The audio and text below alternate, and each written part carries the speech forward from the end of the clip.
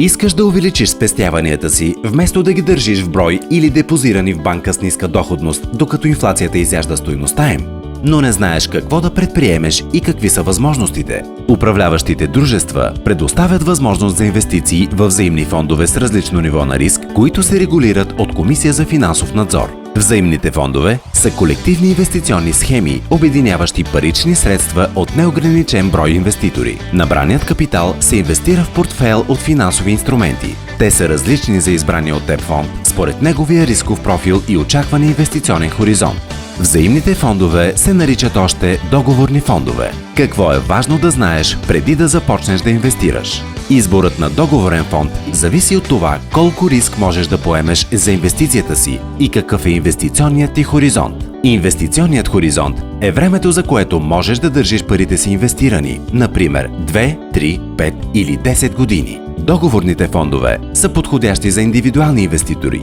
физически лица, тъй като няма нужда да следят движението на капиталовите пазари. Фондът се управлява от професионален фонд менеджер, който инвестира парите ти с цел те да реализират положителна доходност или да бъде съхранена стойността им чрез използване на различни инвестиционни техники. Как правилно да инвестираш личните си финанси и да избереш най-подходящият за теб договорен фонд. Най-важното е да си отговориш на въпросите: какви са моите инвестиционни цели, какво е нивото на риск, което мога да нося, колко време средствата ми могат да останат инвестирани. След това избери лицензирано управляващо дружество или сертифициран инвестиционен консултант, работещ за такова дружество, или инвестиционен посредник, които ще ти помогнат да се спреш на най-подходящия договорен фонд.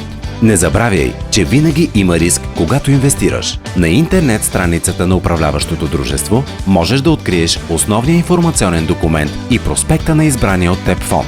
Винаги можеш да се обадиш или да отидеш в управляващото дружество, за да получиш повече информация.